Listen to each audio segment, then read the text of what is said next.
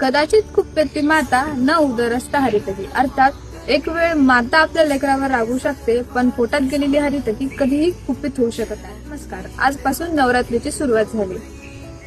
नवरात्रीमध्ये 9 दिवस दुर्गेच्या 9 रूपांचं पूजन केलं जातं. त्याचप्रमाणे मार्कंडेय पुराणानुसार या 9 दुर्गांचा वास हा 9 वनस्पतीमध्ये आहे असे मानले जाते.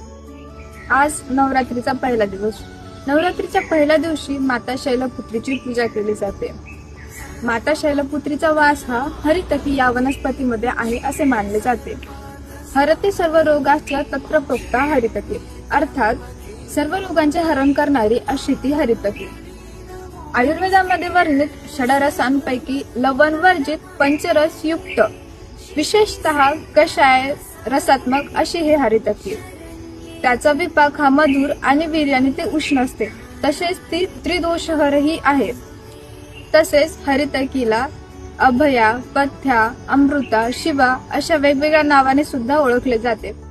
हरितकी हे श्रेष्ठ मृदू विरेचक द्रव्य आहे.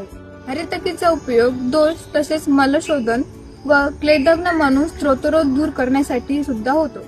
रसायन म्हणूनही त्याचा वापर केला जातो.